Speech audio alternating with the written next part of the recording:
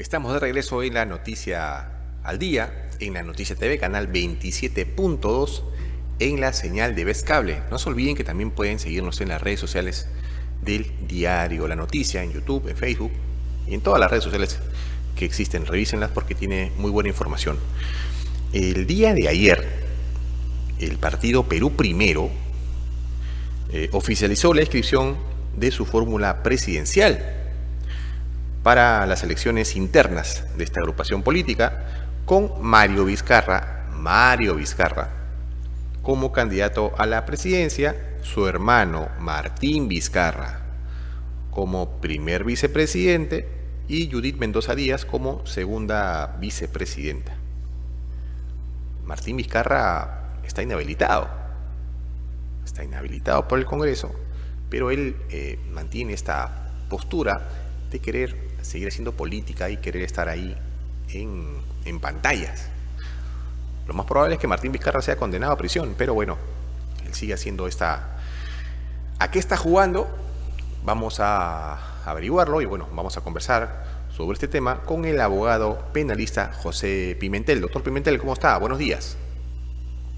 Muy buenos días, Carlos. Un placer estar en tu programa, a disposición de vuestra audiencia. Doctor, ¿cómo analiza usted esta decisión de este partido Perú Primero de colocar a Martín Vizcarra, pese a estar inhabilitado, como candidato a primer vicepresidente de la República? ¿Cómo analiza usted esto?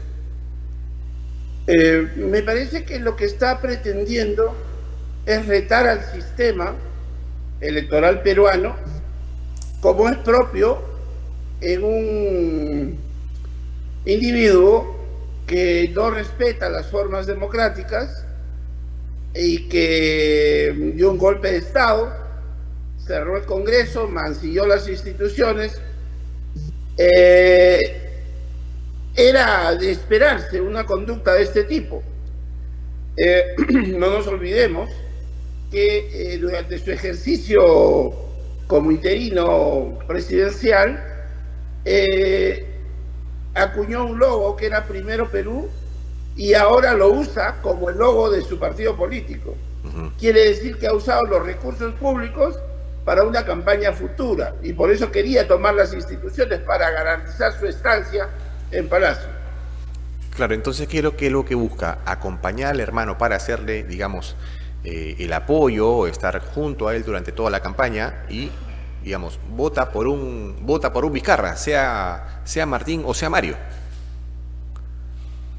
Claro, pero acá vayamos a hacer un análisis legal del tema y vamos a encontrar que el inhabilitado por el Congreso, de conformidad con el artículo 100 de la Constitución y los reglamentos o el reglamento de inscripción de candidatos que se ha hecho dentro del marco de la Constitución y la Ley de Partidos Políticos y la Ley Orgánica de Elecciones, no pueden participar en un proceso electoral. Y hay una limitación, no solamente por la inhabilitación, sino por las consecuencias de esta. Inmediatamente después de ser inhabilitado, lo que ha hecho el Jurado Nacional de Elecciones es desafiliarlo de esa organización, tanto como dirigente, como presidente de ese partido, como en su calidad de afiliado. Y para ser candidato a alguna plancha presidencial, no nos olvidemos que un requisito es no solamente no estar inhabilitado, sino estar inscrito en una organización política y ser electo en elecciones primarias. Las elecciones primarias de todas las organizaciones políticas se van a llevar a cabo este 30 de noviembre. Y entiendo que lo que está pretendiendo, porque resultaría ilegal su participación, lo que estaría pretendiendo es otra vez captar flashes y titulares para efectos de promover la candidatura de su hermano Mario, que nadie conoce, y de esta manera tratar de garantizar seguramente alguna presencia en el Congreso. Ya el Jurado Nacional de Elecciones, a través de su presidente, ha sido enfático e incluso instar a las organizaciones políticas a determinar adecuadamente a sus representantes para que no puedan ser objeto de tachas y o separaciones de última hora, con lo que cancelarían su participación en el proceso. Claro, ahora justo el presidente del Jurado Nacional de Elecciones, el doctor Roberto Burneo, anunciaba que rechazarán a postulantes inhabilitados o con condena.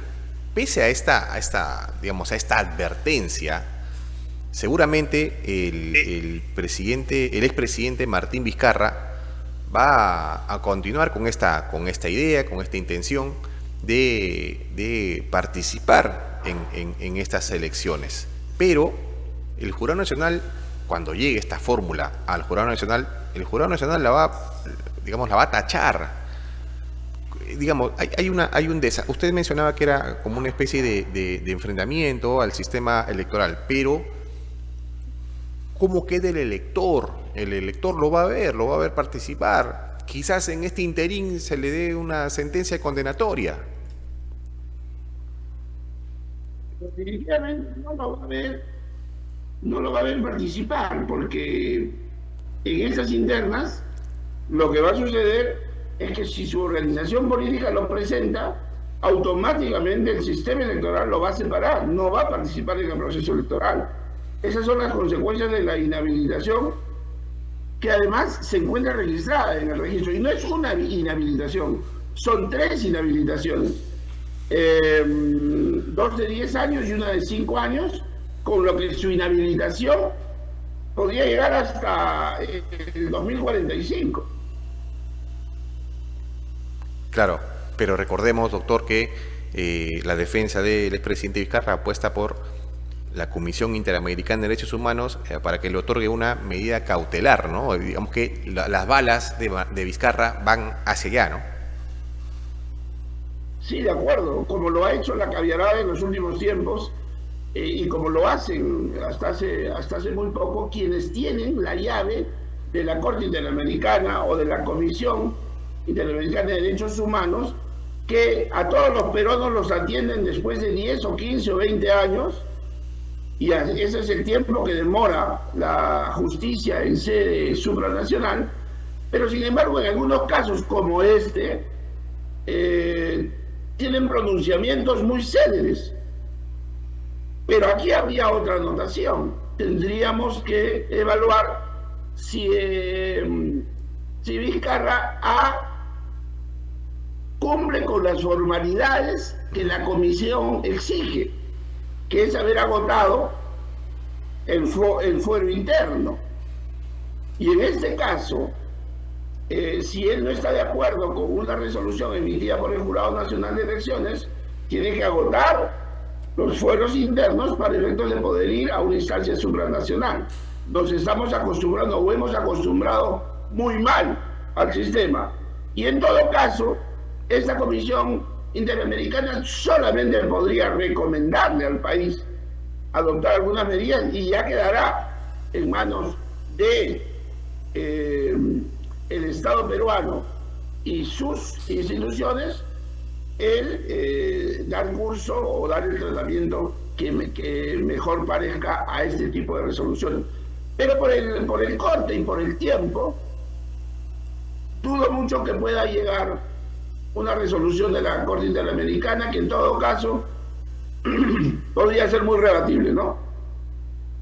Claro, doctor, en medio de esto hay un proceso judicial que enfrenta Martín Vizcarra por, presuntos actos de corrupción cuando era gobernador regional de Moquegua, y durante estos juicios orales y los hemos podido ver porque los han pasado a través del canal del Poder Judicial, veíamos declaraciones bastante contundentes de gente del entorno de Vizcarra que hablaba de entregas de dinero, hablaba incluso de situaciones bastante comprometedoras del expresidente en el momento de estas entregas, en los lugares, quienes estaban. ¿Usted considera que la suerte de Vizcarra en este proceso está echada? Definitivamente creo que el proceso penal, por las coimas recibidas en su calidad de presidente del gobierno regional de Moquegua, tiene abundante material probatorio, y en este momento se encuentra con una denuncia de colusión agravada y cohecho, ¿no? Y el pedido del Ministerio Público es de 15 años de pena privativa de libertad, y la acusación se encuentra en trámite ante el Poder Judicial. Estamos en medio de un proceso en el cual definitivamente se estima que antes de que acabe el año debiera estar sentenciado. Entonces, ¿usted espera que antes del 2026 Vizcarra esté en una prisión? Digamos que no espera, sino que es lo que se vendría para él. Definitivamente esas son las expectativas que después de la evaluación puede hacer cualquier jurista, cualquier abogado del medio que tenga expertise en materia penal, porque es abundante la prueba.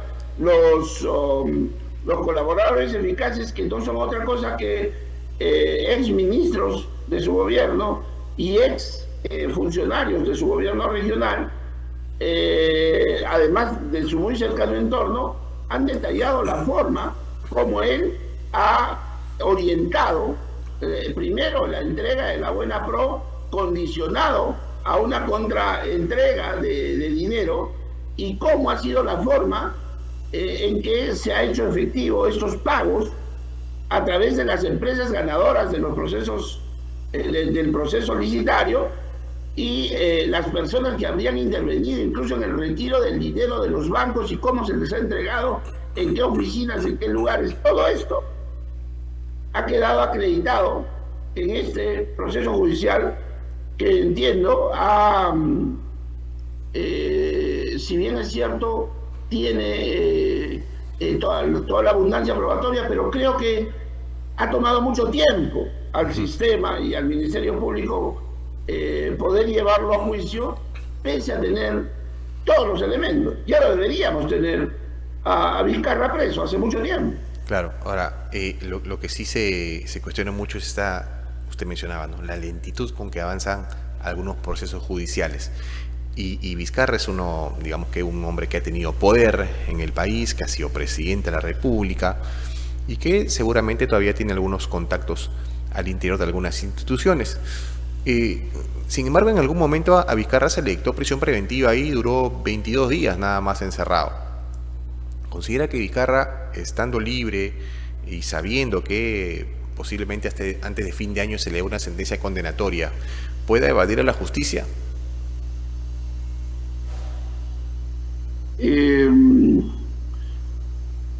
Yo estimo que definitivamente el norte de cualquiera de estos políticos de feria, ese es el destino que van a tener, definitivamente. Van a tratar de rehuir los alcances de la sanción penal. No creo que enfrente la posibilidad de un encarcelamiento prolongado, más aún si su personalidad tan díscola lo orienta a ello. Sin embargo, ha logrado revertir la prisión preventiva también por errores del propio sistema. Y en algunos casos el sistema se equivoca crasamente con algunos personajes, pero se ensaña con otros, ¿no? Y eso es lo que debe corregirse en el sistema de justicia peruano urgentemente. Una democracia que no tenga una justicia adecuada, definitivamente no solamente va a ahuyentar a los capitales, sino que va a generar episodios de ingobernabilidad como los que ya estamos viviendo. Claro. Ahora, doctor, usted hablaba del sistema de justicia y bueno, es inevitable hablar sobre la situación que se vive al interior del Ministerio Público, ¿no? Digamos que está en manos del doctor Tomás Saladino Gálvez de forma interina, pero Del Espinosa, ex fiscal de la Nación, bueno, que está suspendida, digamos que hace o exige ser repuesta, ¿no? ¿Cuál es su análisis respecto a la situación que se vive en la Fiscalía y la Nación? Una situación prácticamente anárquica, a la que ha llevado este desenfreno del control del poder del Ministerio Público, protagonizado o subsidiado o alentado por una ONG llamada IDL y su representante Gorriti, que no tienen reparo ni empacho en tratar de mantener ese control a sangre y fuego. La señora fiscal de la Nación Espinosa, por todos es conocido que se negó a cumplir resoluciones de la Junta Nacional de Justicia, pero sin embargo ahora acude a la Junta para que cumpla una resolución. Me parece que la señora Espinosa no tiene las cualidades para ser fiscal de la Nación, no tiene la formación, no tiene el temple que debe tener un magistrado de ese nivel. Lo que ha protagonizado en los últimos tiempos, después de que se atrincheró para quedarse en el cargo y dejar sus uñas en el escritorio, habla muy mal de ella, habla muy mal de la institución a la que representa. Ella deja de ser la magistrada Espinosa para ser la fiscal de la Nación, y al encarnar esa magistratura ella tiene que tener un comportamiento acorde a la ley, a la legislación, al horizonte constitucional que la ampara en un país democrático. Parece ser de que por el ejercicio del poder por el poder olvidamos cuáles son los comportamientos que debemos tener. Claro, y el comportamiento que haya tenido no ha sido el más idóneo, pero en medio de esto está la ciudadanía expectando una novela que pareciera nunca acabar, y estamos hablando de una institución importante como el Ministerio Público, que debe perseguir el delito. La percepción que se lleva a la ciudadanía es que hay una guerra interna, pero afuera siguen el tema de los sicariatos, de las extorsiones. Como imagen, el Ministerio Público, ¿cómo está quedando? Miren, como un paquidermo sin reflejos, que está siendo consumido por un virus llamado IDL, ¿no? Porque no tiene reacciones, fíjense.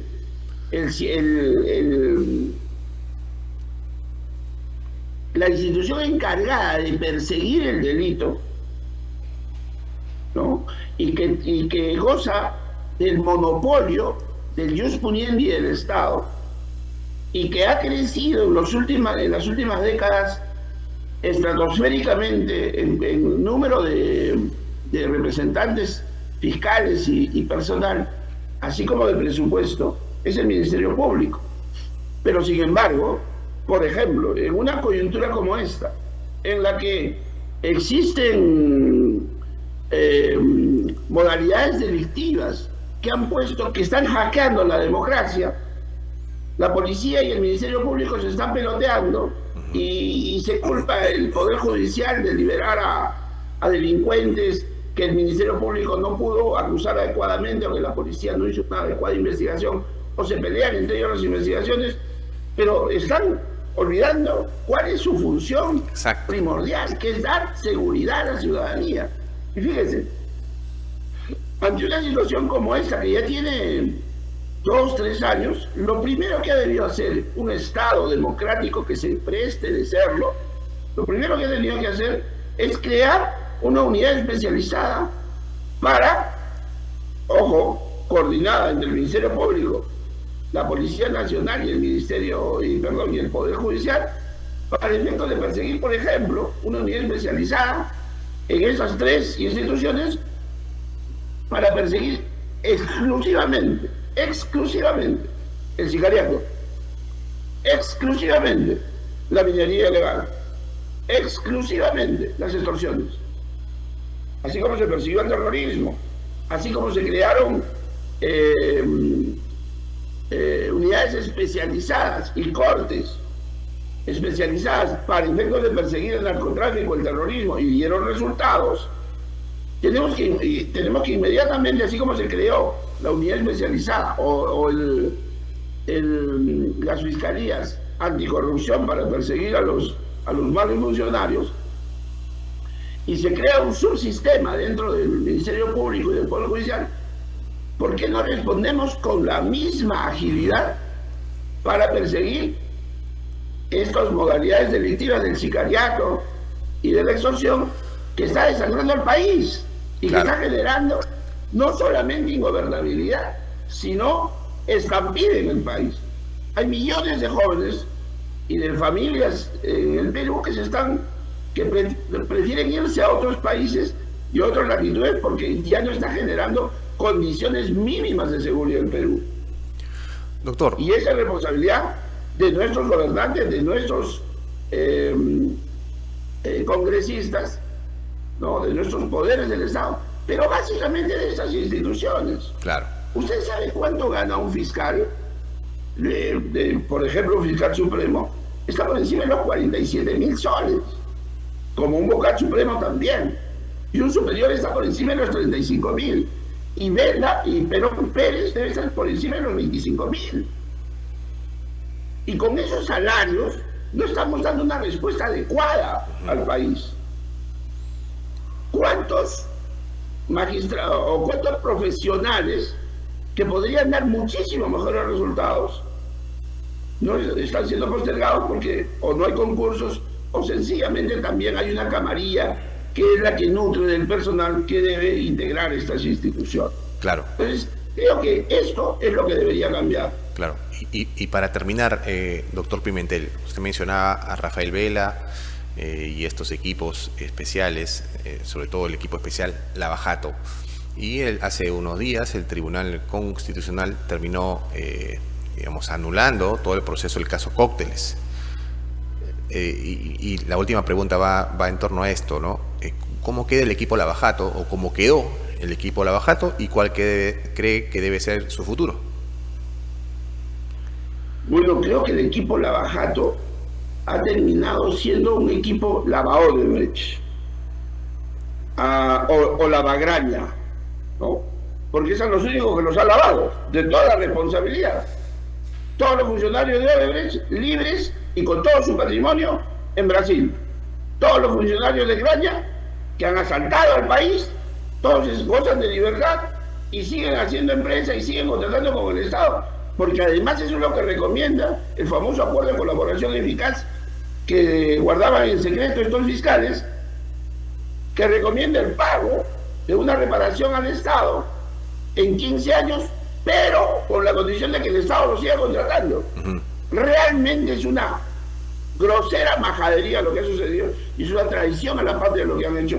Creo que el fiscal Aladino Gálvez debiera tomar una drástica decisión inmediatamente, y más aún ahora que ha quedado evidenciado que el máximo foro constitucional y legal del país, como el Tribunal Constitucional, ha determinado que estos fiscales han venido persiguiendo por 10 años una conducta que no es calificada como delito, como lo hemos repetido todas las defensas, o lo han repetido todas las defensas en estos juicios, pero sin embargo el sistema hacía oídos sordos. Estos fiscales, estos equipos especiales, así como también algunos jueces asignados a estas causas, como el de muy ingrata recordación Zúñiga Urday, que permitió que una acusación que había sido devuelta 23 veces llegara a juicio.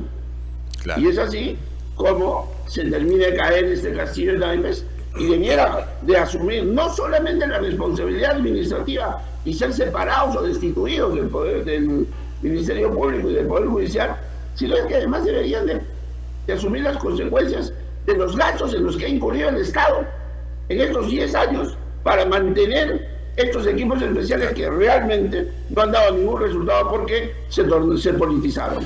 Bien, sí, pues veremos cuál es el futuro de este equipo, de los fiscales. Es que, como usted menciona, se toma una decisión respecto al futuro de estos, doctor. Queremos agradecer la entrevista, siempre es interesante conversar con usted.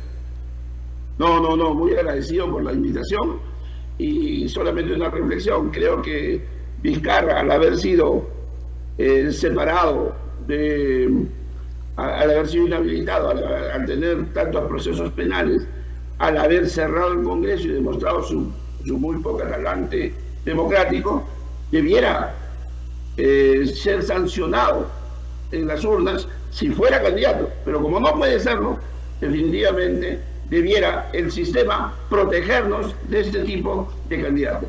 Buenos días. Buen día. Bien, amigos, estuvo con nosotros el abogado penalista José Pimentel, con quien hemos abordado este tema de Martín Vizcarra, ¿no? Quien, pese a estar inhabilitado por el Congreso de la República, ha sido inscrito como en una fórmula presidencial de Perú Primero como primer vicepresidente. Como presidente aparece su hermano Mario Vizcarra y como segunda vicepresidente Judith Mendoza Díaz. Vamos a ver cuál es el futuro. Lo que pasa es que también el Jurado Nacional de Elecciones ya ha señalado que no va a permitir o rechazarán postulantes inhabilitados o con condena.